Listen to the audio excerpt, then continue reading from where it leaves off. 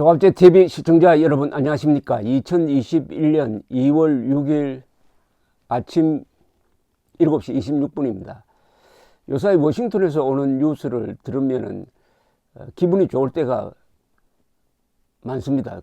특히 이 바이든 행정부의 이 대한반도 진용이 짜여졌고 거의 올스타가 다 모였습니다. 한반도 전문가에다가 북한과 많은 협상을 해보았던 이런 경력자들이 모이니까 대북 정책이 아주 날카롭게 변하면서 우리 한국인들에게는 안심을 시키는 면이 있습니다.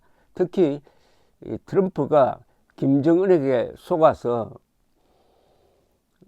이른바 비핵화 사기극에 놀아나는 과정에서 북한 인권 문제를 등한시하고 그러다 보니까 북한 인권 문제를 챙겨야 할 북한 인권 특사라는 자리가 있는데도 불구하고 2017년 이후에 공석으로 남겨놓았는데 금명간에 상당히 유력한 사람을 임명할 것이라는 이야기도 있습니다. 일종의 저승사자죠. 문재인, 김정은에게 저승사자가 바로 이 북한 인권 문제를 다루는 사람입니다. 김정은도 문재인도 북한 인권 문제에 대해서 비슷한 입장을 취하다가 문재인 인권 변호사라는 문재인 대통령까지도 반인도 범죄자 김정은을 편드는 사람으로 묶이고 말았습니다.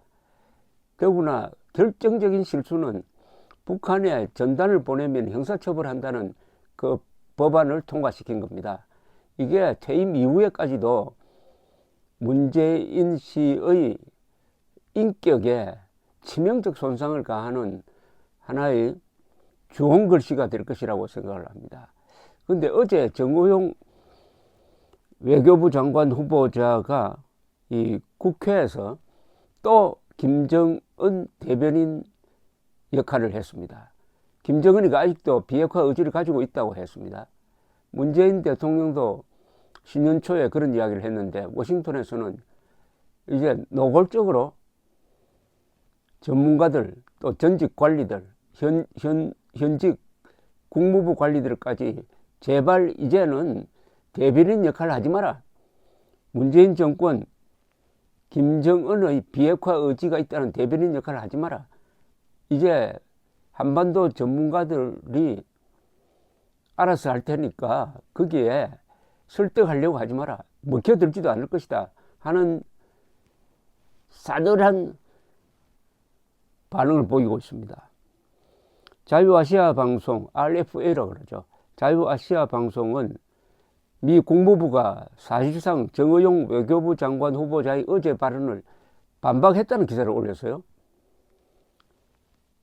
미국 국무부는 북한의 불법적 핵과 미사일 그리고 관련 기술을 확산하려는 의지는 국제 평화와 안보에 위협이 되고 있다고 밝혔다. 왜 이런 이야기가 나왔느냐? 한국 정의용 외교장관 후보자가 김정은 총비서의 비핵화 의지를 거론한 데 대한 RFA의 질문에 대한 논평이 그렇게 나왔다는 겁니다. 정의용 씨는 어제 김정은의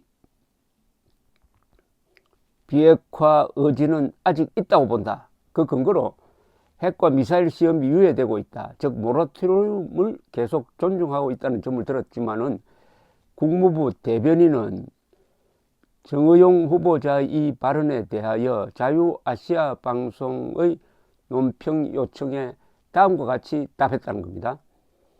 북한의 불법적인 핵과 탄도미사일 프로그램 그리고 관련 고급 기술을 확산하려는 의지는 국제평화와 안보에 심각한 위협이 되고 있고 지구적인 비확산 체계를 위태롭게 하고 있다.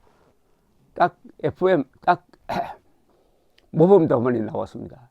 즉 정의용 이야기와 달리 북한은 핵 확산 의지가 뚜렷하다. 그 이유는 뭐냐? 첫째, 불법적으로 핵과 탄도미사일을 개발하고 있다. 불법이라는 겁니다. 불법. 그 다음에 관련 고급 기술을 확산하려는 의지가 있다. 이것은 국제 평화와 안보에 심각한 위협이 되고 있다. 지구적인 비확산 체계를 위태롭게 하고 있다. 현존하는 명백한 위협이 된다. 이런 이야기입니다. 그런데 정호용 씨는 워싱턴에서는 완전히 거짓말쟁이로 찍혀 있는 사람입니다. 김정은이가 비핵화 의지가 없는데 의지가 있다고 트럼프 대통령을 속여서 결국 지난 4년 동안 미국의 대북한 정책, 대북핵 정책을 망쳤다. 그 원인 제공자다라고 하는 사람이 뻔한 거짓말을 또 하니까 이렇게 직설적인 반응이 나왔습니다. 국무부 이 반응도 직설적입니다. 그런데 정호용 씨는 추가 핵실험, 미사일 실험 안 한다고 했지만은, 아니, 미사일 실험 해야, 꼭 실험을 해야 정강시킵니까? 안 하는 사이에 핵폭탄을 최소한 10개 이상 더 만들었잖아요. 왜 안 했습니까? 미사일 발사 시험 안 했어요? 장거리 미사일 실험 발사를 안 했지. 한국과 일본을 위협하는 중거리, 단거리 시험은 여러 차례 했잖아요. 그러니까 정호용 씨는 그 발상이 꼭 김정은 수석 대변인은 아니고 부대변인 역할을 하는 듯합니다. 생각이 그쪽으로 아주 굳어버렸어요. 그러니까 사실관계가 전혀 맞지 않고 신용에서 부도가 냈다고 보면 됩니다. 자, 그런데 VOA는 또 미국 소리 방송이죠. 미국 소리 방송은 국무부에서 운영을 합니다. 그러나 상당히 독립적으로 운영을 해서 정부 비판도 많이 하는 미국 소리 방송은 미국의 한반도 전문가들이 문재인 대통령에게 이제는 김정은의 대변인 역할을 중단해야 한다는 의견을 가지고 있다는 기사를 실었습니다. 바이든 행정부는 올스타 팀으로 불릴 정도의 막강한 안보 라인을 구축했으니까 이게 먹히지도 않을 거라는 겁니다. 트럼프 때는 트럼프가 한반도 문제에 대해서 전혀 사전 지식이 없고 그 볼턴 들어오기 전까지는 안보 보좌관도 희비한 사람이었으니까 먹혀들었지만 이제 안 먹혀든다.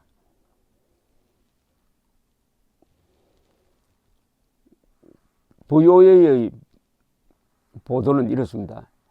전직 미국 당국자들은 문재인 한국 대통령이 북한이 비핵화 의지가 있다며 신임 바이든 대통령을 설득하려 해서는 안 된다.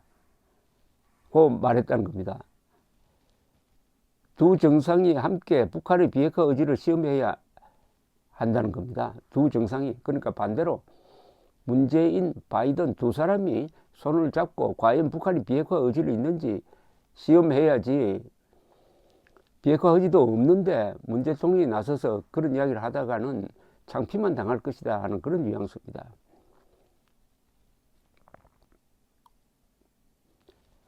전직 미국 당국자들은 문재인 한국 대통령이 바이든 대통령에게 북한의 비핵화 의지를 대변하지 말아야 한다.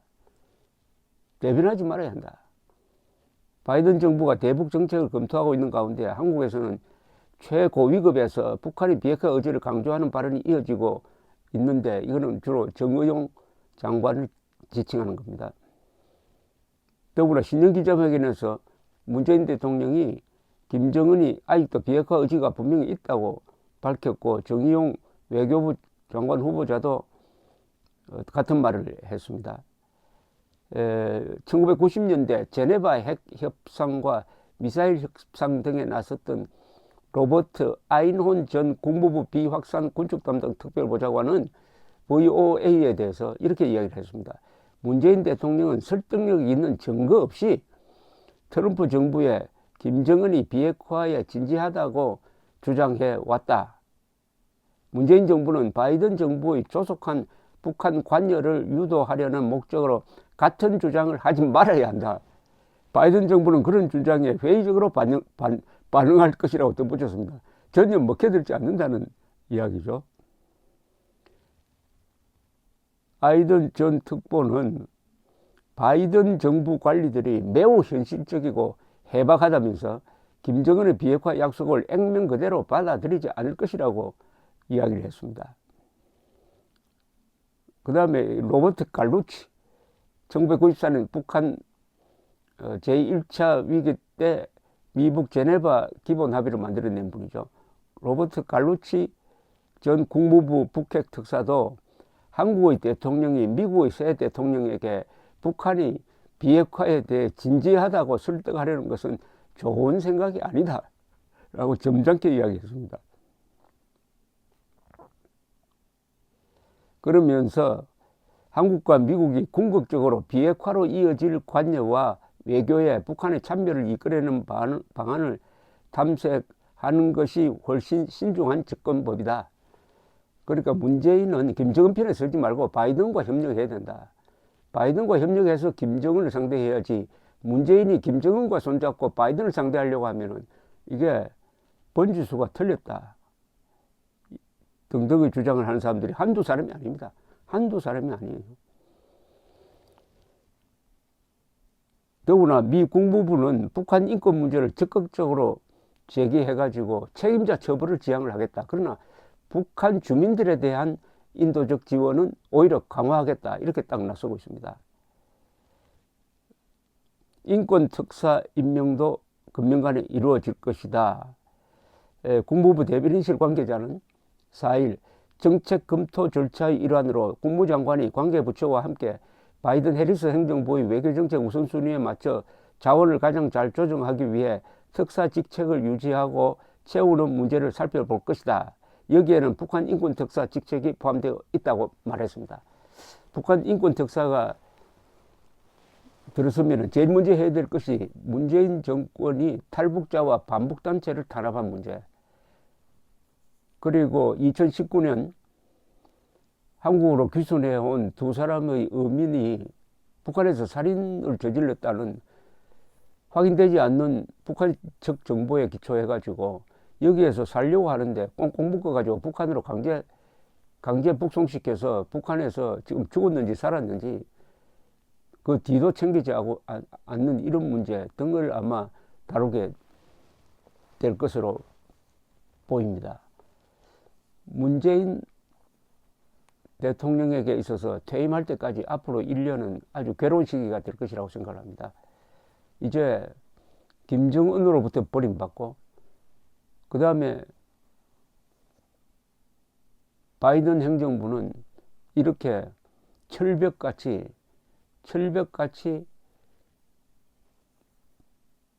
한반도 문제를 다루겠다는 자세이니까 어디에 말을 붙여볼 데가 없습니다. 그러나 어떻게 하겠습니까? 손을 내밀고 있는 쪽은 김정은이가 아니라 바이든입니다. 바이든이 그래도 우리끼리 잘해보자. 한미동맹 더 강화해야 된다. 트럼프처럼 분담금 문제로 흔들지 않겠다. 이렇게 손을 흔들으니까 문재인 대통령은 자신이 살기 위해서가 아니라 대한민국을 살리기 위해서라도 바이든의 손을 잡아야죠. 그래도 계속 미련을 가지고 북한이 비핵화 의지가 있다는 거짓말을 계속 한다면은 어떻게 되겠습니까? 물론 문재인 정권이 가지고 있는 극좌 이념은 현실에 맞지 않습니다.